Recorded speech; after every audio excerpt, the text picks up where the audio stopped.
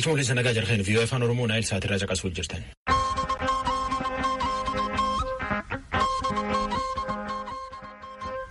Viiyoo afaan Oromoo wixataa Jimaataa galgal sa'aatii 2 akka haga sa'aatii 3 meetira baandii 22,25,31 fi viiyoo 24 Naayil Saatirraa caqasuuf jirtan laayyuu jalqabna.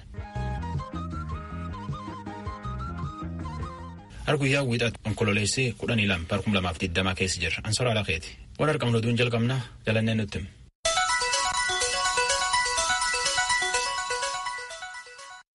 Attamoltan kabajamtoota dhaggeeffatoota keenya oduun har'aaf qabnu kunoo. Muummichi ministeeraa Abiy Ahmed har'a dirree xayyaaraa Abbaa Jifaaritti pireezidaantii Eertiraa Isaayyaas Afwerqii simatanii jiru. Obbo Isaayyaas daawwannaa hojii guyyaa 3 Itoophiyaa keessa turuu jedhameera. Jida Eertiraa Itoophiyaa seene kana keessa ministirii dantaalaa biyyatti Osmaan Saaleef gorsaa pireezidaantichaa Yamaane Gabraab keessatti argamu.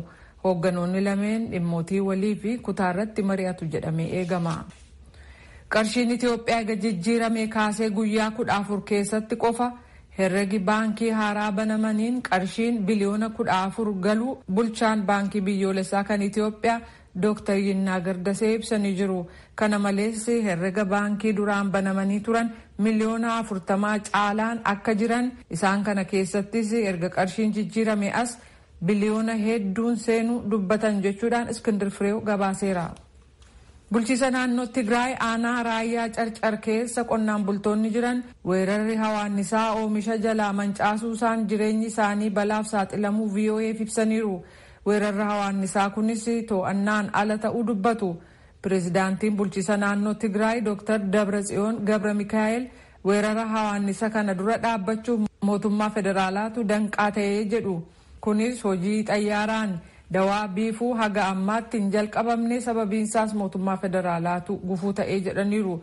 Ministeerri qonnaa Itoophiyaa gama isaan akka jedhetti onkololeessa 14 hojii samiirraa dawaa biifuu jalqabuuf yaalii godhe jajjabeessee itti fufuusaa dubbateera. Gama kaaniin baadiyyaa bulchiisa naannoo Dirree Dhawaa keessattis weerarra hawaannisaa mudate ittisuuf mala danda'ame mara gargaaramaa akka jiran ibsameera. Weerarri hawaannisaa Somaalilaandiif Jibuutiirraa Itoophiyaa ka seene yoo ta'u oomisha akka hamaatti miidhuusaa Addis Chakkol gabaaseera. Baatii waxabajjii darbee bulchiisa mootummaa naannoo haaraa ta'uudhaan kan hundeeffamte Sidaamaan manni maree ishee aangoo eega qabatee as yeroo jalqabaaf gumii gaggeessuu hojii jalqabee jira. Manni maree sanbataa fi dilbata darbe kan waggaa hojii jalqabaaf gumii tokkoffaa gaggeesseen dhimmootii adda addaa irratti mari'achuun murtiis dabarseera. Bara haaraa Itoophiyaa jechuun 2013 bajata qarshii biliyoona 10 fi miliyoona 700 fi miliyoona 25 1,142 kan murteesse yoo ta'u bajati kun federaalaaf galii argameerraa kan fudhatamu ta'uu Yoonaataan Zabdiyoos gabaaseera. Sababaa weerara vaayirasii koronaan kan ka'e baatiilee darban ja'aaf mana ofii keessa ka turan barattoonni Keeniyaa hangi tokko har'a mana barumsaatti deebi'anii jiru. Ministeerri barnootaa kan Keeniyaa barattoonni kutaa 4, 8 fi 12 barnoota akka jalqaban taasise. Gabaasa guutuu galmoot Naayiroobii irraa erge. Ministeerri barnootaa Keeniyaa Joorji Mago'aa har'a turtii ji'a ja'a booda manneen barnootaa Keeniyaa keessa jiran akka banaman ajajanii jiru. Kanaanis ji'a ja'aaf cufamanii ka turan manneen barnootaa biyyattii banamanii akka barattoota simatan barsiisonnis barattoota kan akka to'atan qajeelfama dabarsanii. The progressive reopening of schools to face-to-face learning commences countrywide this morning for Akkas jedhu Mago'aan har'a ganamaa kaasee guutuu biyyattiitti barattoonni kutaa 4, 8 fi 12 mana barnootaatti argamanii barnoota jalqabuu qabu. Barattoonni kun akka barnoota dursa jalqaban kan ta'ee fi gara sadarkaa barnootaa itti aanutti warra darbu waan ta'aniif. Ministeerri barnootaa barattoonni qaamaan barnoota isaaniitti akka deebi'anii fi manneen barnootaa gulantaa isaan guutuu qaban ifa godhee jira. Kanas manneen barnootaa hedduun hojiirra oolchanii jiru. Har'a ganamallee manneen barnootaan daawwadhe gulantaa kana guutuu isaanii argee gammadeeraa jedhu yoo dubbatan. Ministeer Mago'aan manneen barnootaatti barattoonni qaamaan walirraa eeganii akka baratan taasisuun rakkisaa ta'uu himanii yoo barsiisonni kana hordofan ijoollee mana barnootaatti erguun hin dhowwuu jedhan. Dabalanis ijoolleen ofitti manamummaan akka barnoota itti fufan barattoota warra manatti hafanis murtee kana irratti hundaa'uun ministeerri barnootaa biyyattii dhiyootti barnootatti deebisaa jedhan. Amma manneen barnootaa barattootaaf bakka harkatti dhiqatan akka qopheessan maatiin ammoo waan ijoolleen afaanii fi funyaan itti ukkaamsatan akka qopheeffatan ajajanii ji'oottan darban barattoonni karaa intarneetii raadiyoo fi TV barnoota hin hordofin kan kaffaltii dhabanis loogii malee barnootatti deebi'u akka qabaniirani. Karoora ministeerri barnoota Keeniyaa qopheesse 3/2020 kaasee barattoonni martuu barnoota irratti argamuu qabu jedha. Gabaasa Sagalee Ameerikaaf Galmoo Daawit Naayiroobii. Kan dhaggeeffataa jirtan raadiyoo Sagalee Ameerikaa sagantaa afaan Oromooti. Manni murtii imaammata baasuuf yaaluu hin qabuusa kana pireezidaantii Ameerikaa fi koongiressaaf dhiisuu qabnaa jechuudhaan kan haadha murtii mana murtii muummicha Yuunaayitid Isteetsi du'aan boqotan bakka buusuuf Tiraampiin maqaa dhaaman Eemii Baaret senatorotaatti har'a dubbachuuf jiru. Kunis wiixata har'aa jalqabee muudama haaraa kanaaf dhiyaachuu isaanii kan ilaaleen senatoroonni falmii irratti gaggeessu. Eemiin ibsa duraan dursanii baasaniin qoodi mana murtii olaanaa rakkoo hundumaa furuu yookaan immoo dogoggora sirreessuu qofa mitii jedhaniiru. Vaayirasii koronaan qabamuu isaanii ega beeksisanii kan torban tokko darbe pireezidaant Doonaald Tiraamp dilbata kaleessaa fayyaan koo haala gaariirra jira jechuudhaan dawaan fudhataa jiranis akka hin jirre dubbataniiru. Vaayirasii hamaa kan chaayinaa ittiin jedhan san injifadheera jechuudhaan Tiraamp dilbata kaleessaa televiziyoona Fox jedhamuuf bilbilaan ibsan. Qaami koo dhukkubicha ofirraa ittisuu danda'eera, kunis kan yeroo dheeraa gabaabaa yookaan guutummaa jireenya koo ta'uu malaa jedhaniiru. Amma garuu duula na filadhaa deebi'ee jalqabuuf qophaa'eera jechuun hubachiisaniiru. Onkololeessa 12 Yuunaayitid Isteetsi keessatti guyyaa Kolombos jedhamuudhaan sadarkaa federaalaatti kabajama. Onkololeessa 12 bara 1492 dooniin warra Ispaanishii 3 hoogganaa nama Kiristoofer Kolombos jedhamu jalatti odoola yeroo ammaa Bahaamaas jedhamuun moggaafamteerra qubate. Kun immoo jijjiirama guddaa argamsiisee ardii haaraa Ameerikaa jedhamtu argamuu qofan turre addunyaa irrattis quunnamtiin akka argamu taasiseera jedhameera. Bara 1492 uummanni addunyaarra jiru akka hawaasa addunyaatti walitti dhufuu kan itti eegalee jedhamuun kabajama. Amma immoo oduu ispoortiif gara soraatti. Ayyaala oduu ispoortii addunyaa gaggabaabsee sanitti Ameerikaatti shaampiyoonaan NBA barana garee Los Angeles Lakers. NBA'n wal dorgommii kubbaa kaachoo Ameerikaatti National Basketball Association. Lakers taphalee irratti Miami Beats 193 mootee shaampiyoona taate. Taphataan jajjabaan beekamaan MVP LeBron James. Lakers ganna 10 keessatti takkumaayyuu waancaa akkan hin dhiyaanne. Lakers kilabii Kobe Bryant taphataa beekamaa barana intalisaa waliin xuyyuuraan lubbuu dhabe. Dorgommii kubbaa harkaaf miilaa Ameerikaa NFL illetti jiran NFL National Football League. Amma torbaan jaheessoo keessa jiran dhumachuuf torbaan 11 Kalee qofa tapha 12 taphatan. Raiders, Chiefs 40-24 moote. Cardinals, Jets 30-10 moote. Rams ammoo Washington 30-10 moote. Cowboys ammoo Giants 37-34 moote. Gareen Cowboys tunin taatullee taphataa isaanii beekama quarterback Dak Prescott gulbiin miila milixxe baran waan taphatuyyuun fakkaatu wasaasaan fuudhanii tapha keessa baasan. Dorgommii torban shaneessoo kaleetti gareen Carolina Panthers tapha sadii wal gulin mo'amne. Pittsburgh Steelers ammoo baran takkumaayyuu mo'amne. Dorgommii teenisii dirree addunyaa French Open ammoo dhiiraan Rafael Nadalitti mo'e. Nadal nam biyya Spainiti. Nam dorgommii tanaan tokkeessoo jiru dhalootaan biyya Serbia Djokovic mo'atetti waancaa irraa fudhate. Atileet Sifan Hassan dorgommii meetirii 10 guyyaa dheengaddaan Neezerlaandii dorgoman irratti Awurooppaatti rekoordii haaraan moote. Sifan atileetii British sagan 18 duratti rekoordiin harkumisii jirtu Paula Radcliffe sagan 24tiin rekoordii isii wayyeessiteetti moote. Sifan namganni 27 meetirii 10 tana daqiiqa 29 fi sekondii 36 moote. Almaaz Ayyaana ammoo meetirii 10 suni Olompikii Riyoo tapha 2016 irratti daqiiqa 29 fi sekondii 17 fi maayikiroosekondii 45tti moote. Gareen kubbaa miilaa English Premier League kilabii 20 irraa gara 18tti gad buusuu fedhan. Kilabii xiqqeessoo tanaani $2 miliyoon 200 caalaa qusatan. Oduun har'aaf qabnu kanuma.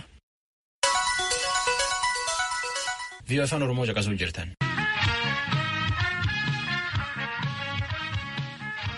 Bulchiinsi Finfinnee dhaabbilee fi miidiyaalee bara kana irreechaaf masqalii akka nagaan dhumatu qooda guddaa qabaatan jedhee waraqata ragaa kennee galateeffate. Badhaasa kana aadde Adaanech Abebeet kenne. Waan danda'an cufaan qooda keessa qabaachaa hojjetanii jettee galateeffatte. Saayidaamtoota erge. Ayyaanni irreechaa hora Finfinneef masqalli akka nagaadhaan kabajamu qaamolee hojjetan itti aantuun kantiibaa magaalaa Finfinnee aadde Adaanech Abeebee galateeffataniiru. Uummanniif biyyi jiraachuun kan mirkanaa'u yoo nageenyi mirkanaa'e jiraate qofaadha kan jedhan aadde Adaanech yeroo ijaarsi biyyattii eegaletti qormaanni hedduun mudachuu ibsaniiru. Aadde Adaanech haasawaa sirna galateeffannaa kanarratti dhimmoota siyaasaa wayitaawwaa irrattis akkas jedhan. ያው ዛሬ ደግሞ እንደሚታወቀው ጥቅምት 1 ነው መስከረም 30 አልፏል። Egaa akkuma beekamu onkoloolessa tokkodha. Fulbaanni 30 darbeera. Biyyi keenya Itoophiyaan uummannis mootummaanis nagaadha. Galata Waaqayyoo. Nuti yeroo hundumaa guyyaa dhufu kamuu milkaa'ina ce'umsa keenyaa taasifnee imala keenyatti fufna. Daandiin itti adeemaa jirru daandiirra dhufne caalaa tumsa hunda keenyaa barbaachisa. jedhan aadde Adaanech. Afayaa'iin mana maree bakka bu'oota uummataa obbo Taaggasee Caafoo dubbii dubbataniin nageenyi bu'uura waa hundaati jechuun hundumtuu nageenyi mirkanaa'e akka jiraatuuf hojjechuun dirqamaa jedhan. ሁላችንም ሰላም ያስፈልጋል ለሰላማችን ሁላችን ደግሞ መትጋት hunduma keenya nageenyi nu barbaachisa nageenya keenyaaf immoo hundi keenya hojjechuu qabna deemsa keessa immoo rakkoon nageenyaa yoo mudate olaantummaa seeraa kabachiisuun dirqama olaantummaa seeraa kabachiisuuf bulchiisa magaalaa Finfinneetti dabalatee hundi keenya walii tumsuun akka wal bira dhaabannuun imaanaa jedha. አደራ ለማለት እፈልጋለሁ። Sagantaadhuma kanarratti afayaa'iin mana maree federeeshinii obbo Adam Faaraa akka jiranitti nageenyi misoomaa fi bulchiinsa gaariidhaaf bu'uura. Kanaaf qaamoleen nageenyaaf hojjetan akkuma jiran kan nageenya booressuuf carraaqanis jiru jedhan. አዲስ አበባ ከተማ አስተዳደር bulchiisi magaalaa Finfinnee akkasumas dhaabbileen nageenyaa federaalaa Finfinnee qaamolee dhimmi ilaallatu waliin ta'uudhaan Finfinnee magaalaa biyyattiif Afrikaa taate keessatti ayyaanni Irreechaa, daamotii masqalaaf, ayyaanonni amantaaf, hawaasaa kanneen biroon akka nagaan kabajamaniif gumaacha isin taasistaniif maqaa mana maree federeeshiniif maqaa kootiin galatan galcha. Nageenyi biyyattii akka jiraatuuf kan carraaqan abbootii gadaa, abbootii amantaa, jaarsolii biyyaa fi qaamoleen nageenyaa shoorri isin taphattan guddaadha jechuudhaan afayaa'iin mana maree federeeshinii galateeffataniiru. Gabaasa raadiyoo sagalee Ameerikaaf Tsahaay Daamxoo Finfinneerra. Viiyoo afaan Oromoo caqasuu jirtan hiriir deeggarsa paartii badhaadhinaa Jimmaa fi Awwadaayitti ba'an nagumaan dhumatedhan. Hiriir mormii mootummaa Halee Baalee Roobeetti bayan irratti immoo namtokko ijjeessan bulchiinsi magaala Roobee olaantummaa seeraa kabachiisuuf tarkaanfii kan fudhatanii jedheen Muktaar Jamaalin nu erge. Mata duree wal falmisiisaan sababa weerara koronaa vaayirasiin wal qabateetiniin umrii mootummaa waggaa tokkoon ol dabaluu ka'eetiniin erga jedhee as falmeen qaamolee siyaasaa bira ture gama ummataatitti gadi bu'ee gama kaaniin deeggarsa gama kaaniin ammoo mormiin dhagahamuu jalqabeetiniin jira. Tibba kana magaala Jimmaa fi Harargee Bahaa magaalaa Awwadaayitti deeggarsi paartii badhaadhinaatii fi bulchiinsa mootummaa Abiy Ahmed deeggaruudhaaf kan bahame yoo ta'u magaala Baalee Roobeetti ammoo guyyaa kaleessaa mormii bulchiinsa Dr. Abiy Ahmed mormuudhaan bahameen lubbuun nama tokko darbeetiniin jira. Deeggarsa guyyaa kaleessaatii fi dheengaddaa magaala Jimmaa fi aanolee naannoo Jimmaatitti taasifameen hojiileen misoomaallee wal duukaa taasifamaniitiniin jiru jedhu qindeessaa sochii kanaa keessaa tokko kan ta'an obbo Dimaamuu Nigaatuu. Jimma irratti sadarkaalee garaagaraa irratti karaa qindoome fi hiriirri cimaan godhamuu baatus hawaasni fi dargaggoonni sadarkaan jiran deeggarsa mootummaa biyya bulchaa jiruu fi paartii biyya hoogganaa jiru miirri deeggaruu sadarkaalee adda addaa irratti bakka wal ga'e hundattiyyuu deeggarsa mootummaa kanaaf mul'isaa ture jira. Mootummaan fulbaana 30 bara kanaa miti fulbaana yeroo kamiyyuu jiraachuu akka danda'uu fi kana gochuun isaa immoo sadarkaa sooshaal miidiyaa irratti fi miidiyaalee adda addaa irratti afarfamaa jira malee qabatamaan mootummaanis caasaan mootummaa sadarkaan jirus deeggarsi uummataaf cimee kan itti fufee fi hundi qaamni jiru hundi isaa hojii keessa akka jiruu fi kana boodas kan itti fufu ta'uu isaati hawaasni kan ibsaa ture jechuudha. Mormii gama biraa bulchiinsa magaalaa Baalee Roobeetitti taasifameen dargaggoonni 15 hanga 20 hin caalle ganama gadi bahaniitiin magaalattii gidduutti sagalee mormii kan dhageessaatiin turan yoo ta'u sagalee mormii kana keessatti gidduudhaan humni nageenyaa kan dhukaasa isaanitti banee fi namnis lubbuu darbuu namni maqaansaa akka hin eeramne VOA gaafate dubbatanii jiru. Hiriira mormii kun eegalee daqiiqaawwan 30 booda humni addaa poolisii Oromiyaa paatroolii lan dhufee qeerroowwan hiriira karaa nagaatiin bifa nagaatiin gaggeessaa turan irratti dhukaasa banamee hiriira bittinsuu irratti addaan fiigamee kan booda qeerroo tokko qeerroo wal abdurroo humna addaa Oromiyaa rasaasaan dhahamee mataa keessa dhahamee wareegame jechuudha. Isin hiriiruma qofa geggeessaa turtammoo dhagaa darbattan yookaan ammoo hokkora rakkoo biraa uumtammoo maaltu turee jennaaniini kan dhukaasan?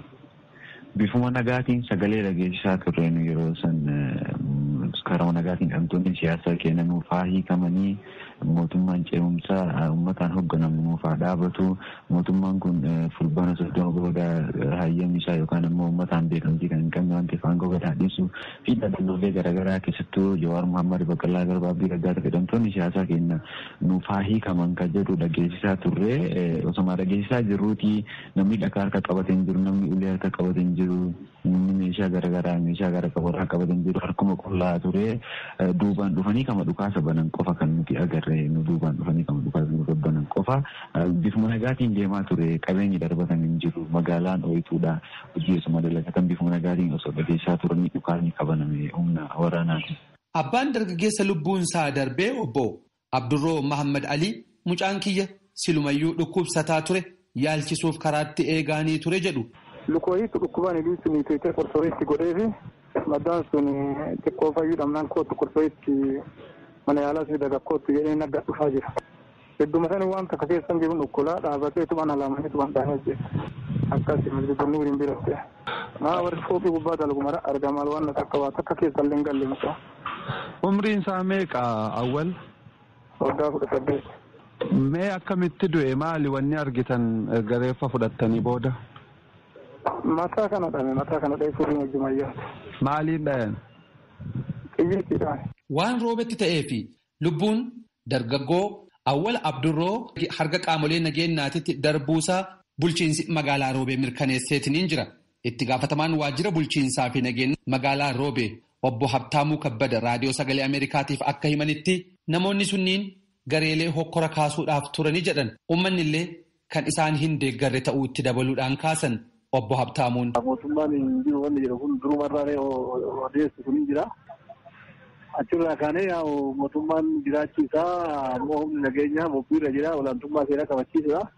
Kanaaf malee namni iddoo nagaan ta'ee jiru wanti uumame hin jiru jeequmsaa fi humna murteeffatee gabba'ee jechuun hona jedhee uummata burjaajessuuf biyya burjaajessuuf mootummaan hin jiru jedhanii waan gabba'aniif kanuma jira. Adeemsa kana keessa nama hammamiitu miidhame handu'ee fi hammadaa'e? Akka odeeffannoo qabnutti nama tokko. Kan maal ta'e? Handu'e jechuudha. Qaamni nageenyaa fala biraatiin bittinneessuu hin danda'u ture. Inni sirriidha. Hona jedhamee jeequmsa addaa uumuudhaaf warra kaayeffatee ka'e waan ta'aniif dhimmoonni kanaa jechuudha. Kanaaf norma tarkaanfii kana fudhachuu odoo hin taane olaantummaa seeraa mirkaneessuun barbaachisaadha. Mootummaan ammoo fulbaana 30 booda hin jiru jedhamee ololli jiru sun uummanni karaa nagaatiin akka tasgabbaa'ee jiraatu kaayyoon keenya inni guddaan isa kanaa jechuudha. Mootummaanis jiraachuu uummannis karaa nagaa ta'een jireenya isaa itti fufsiisuun kanaa jechuudha. Qaamni nageenyattis kaayeffatee kan ka'e. Lubbuu dargaggeessa waggaa 18 Awwal Abdurroo magaalaa Baalee Roobeetitti darbeen walqabatee yaada dabalataa akka nuu kennaniif sadarkaa naannoo Oromiyaatitti koominikeeshinii bulchiinsa mootummaa naannoo Oromiyaa fi koomishinii poolisii arganneetiniin dubbisuuf irri deebiidhaan yaallullee itti milkaa'uu hin dandeenye. Gabaasa sagalee Ameerikaatiif Muktaar Jamaal Finfinneerraa.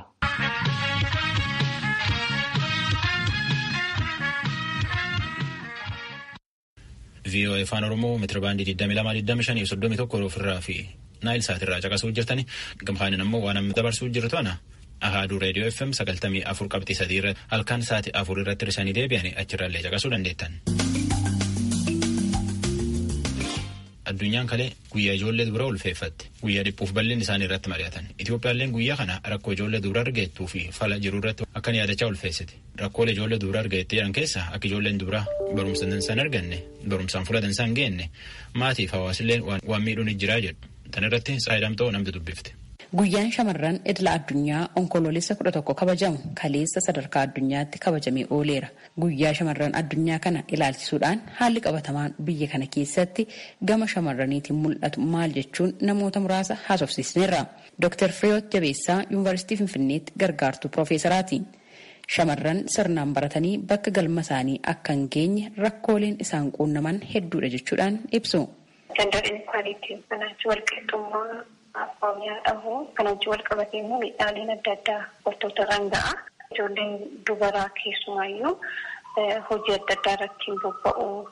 Hojii mana keessatti immoo maatiin keessa shamarran jiranii hojii adda addaa irratti bobba'u waan akka sa'aatii dheeraa bishaan waraabuu, nyaata qopheessuu, qoraan kan achiin muka boba'aaf ta'u funaanuu.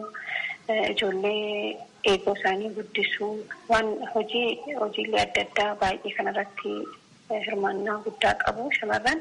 Kanarraa immoo kan ka'e egaa hojii isaanitti baachuu isaarraa kan ka'e miidhaan isaanirra ga'u waan lama. Inni tokko barnoota isaanii seeraan akka isaan hin hordofne isaan daangessaa, akkasumas immoo qabxii olaanaa akka isaan hin finne isaan irratti dhiibbaa guddaa qaba jechuudha.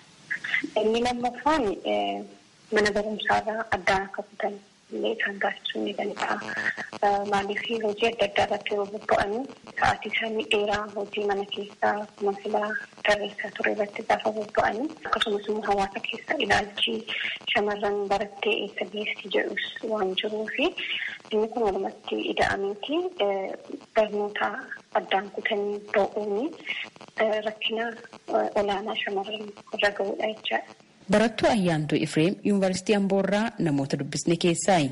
Danqaa guddaan shamarran gufachiisu maatiinis ta'e hawaasni shamarran irraa amantaa dhabuudha jetti. Inni guddaan jedhee kan yaadu barumsa isaanii irratti maatiin deeggarsa barbaadamuun kennuufi amantii dubartoota irratti dhabuurraan kan ka'e baay'inaan dursanii heerumsiisuudhaan bakka isheen yaadde akka isheen hin geenye godhama yeroo baay'ee. Barattuun kun itti dabaluun barnoonni furtuu jireenya dhala namaatii jechuun shamarran carraa barnootaa argachuuf itti fufiinsaan barachuu irratti dhiibbaan jiru milkaa'ina ijoollee durbaatiif gufuu guddaadha jetti. Dubartiin yoo barattee haatiin baratteedha. Yoo dubartiin barattee biyya guddisuu dandeessi. Sammuun ishees sirriitti yoo hojjete biyyaafis uummataafis bu'aa isheen buustu guddaadha. Akkuma baay'ina uummataatti dubartii yoo barattee hawaasa biyya sana keessaa jiru barate garuu dhiibbaan ishee irra ga'anii karaa garaagaraatiin poteenshaalii ishee baastee akka isheen hin fayyadamne bartee garaagaraa kan duubatti hafaa ta'anii akka isheen barumsa ishee barattee iddoo guddaa hin geenyeef ishee danquu jechuudha. Barattuu Sootalee Saamu'eel barattuu kutaa ja'affaati. Shamarran barnootaan akka milkaa'aniif deeggarsi maatii murteessaadha jette.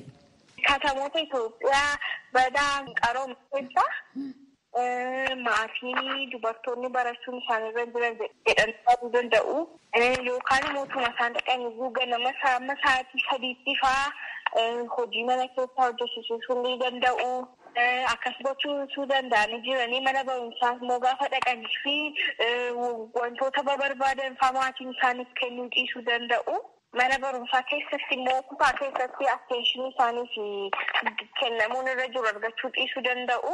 Keessumaa bara kana shamarran hedduun sababa weerara COVID-19 waliin wal qabatee rakkoolee akka humnaan gudeeddii umurii malee heerumuu ulfa hin barbaachisneef saaxilamuu dabalatee hojii humna isaaniitii ol dalaguudhaan maatiif akka madda galiitti tajaajiluun rakkoo cimaa yeroo ammaan kana qaqqabaa jiru ta'uusaa ibsu Dr. Fireewoot. Rakkoo roga maraan ijoollee durbaa mudatuuf fala dha'uudhaaf shamarran ofii isaaniitiif carraaquu maatiif hawaasni immoo walqixxummaan shamarranii akka jiraatuuf loogii dhiisuun dhimmoota ijoodhaa jechuun hubachiisan Dr. Fireewoot.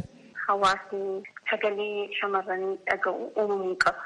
Kana jechuun rakkoo shamarran dhaga'u sana hubatee rakkoo midhaan koorniyaan shamarran irratti geessisu hubatee shamarran gargaaru uumamuu qaban yaada.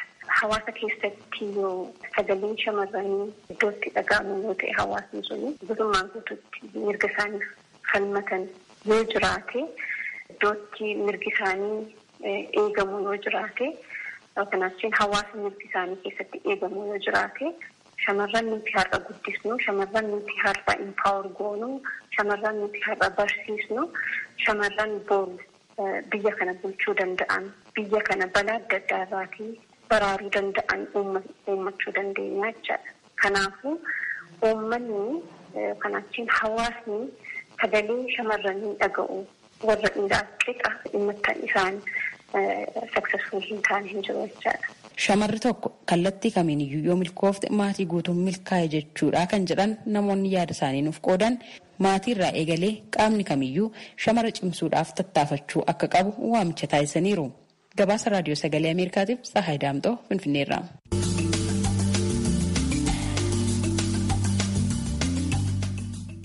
VOA Afaan Oromoo caqasuu jirtan.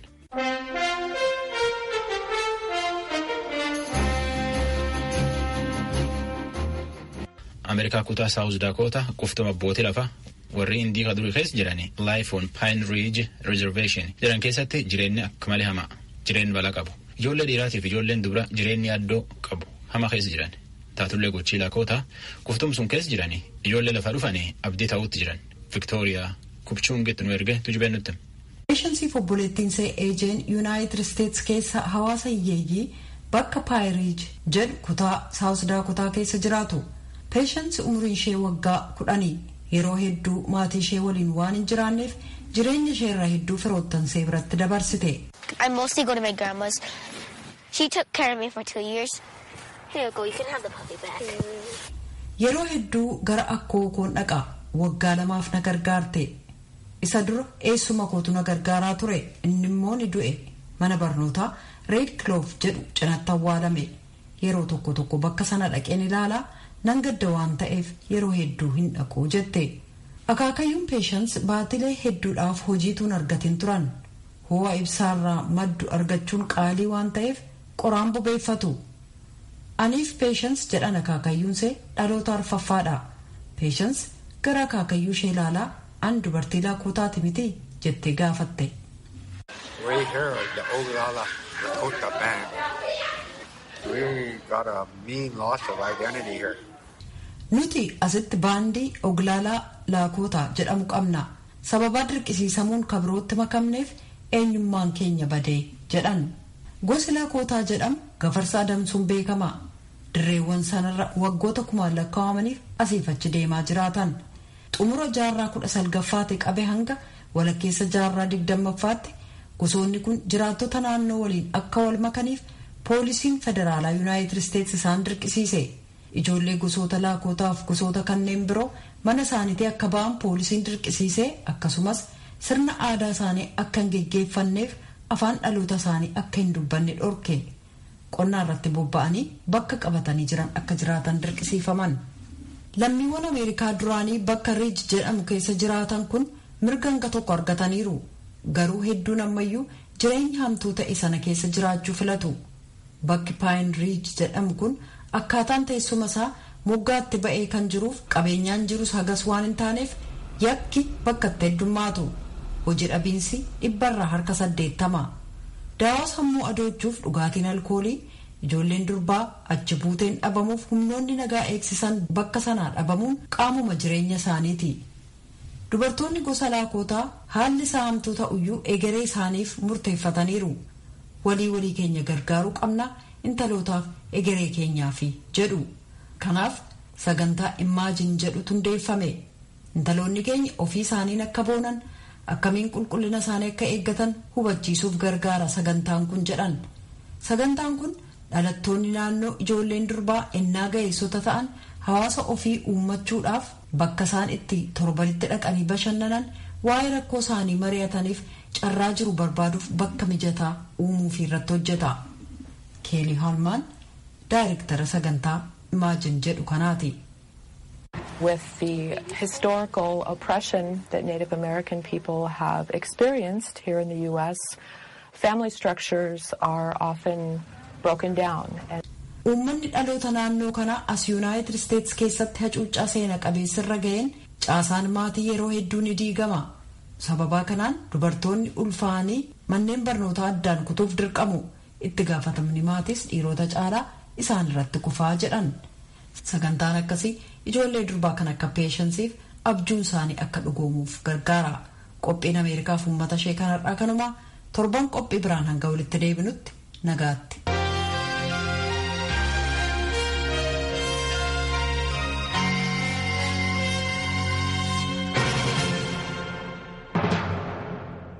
Taarratanum nagaa jennee nagee soraa lafeeti.